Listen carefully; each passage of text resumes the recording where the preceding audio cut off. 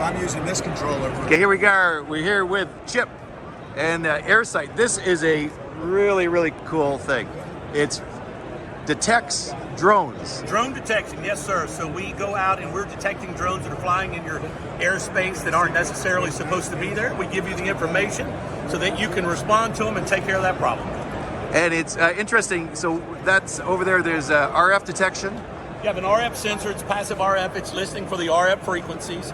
And if you have somebody who's specifically trying to fly without RF, we do have a radar solution that's married to a PTZ camera. So it gives you a visual image from the camera that shows you and confirms that it is a drone. And if it had a payload on top of it as well. So I can see a lot of people would want this for their estates. Now okay, so we detect it. We can't interfere with it though, can we? Right now it's illegal to physically interfere with a drone because that breaks an FAA law, and it's illegal to interfere with the signal because that's an FCC violation. But what it does is gives you the notification so that you can interact with law enforcement and to respond. And number one, make the pilot cease and desist, and number two, to see what their intentions were. Now the bottom line is, if it's on, let's say I got an acreage, let's just do it theoretically, I had an acreage and I got a drone flying, and I take out my goose gun and let it have it. What do you call that? Well, we call that old school, and you're kind of on your own in what you deal with the consequences there. But it is a remedy we've seen people use in the past.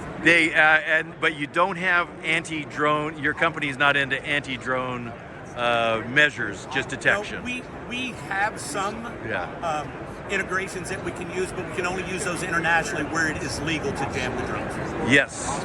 And what countries are besides any Western countries that you can actually interfere with the drone? I don't know the complete list, but several of them do allow it because it is sanctioned that they're allowed to use them. I know in some third world countries they haven't even figured this out yet.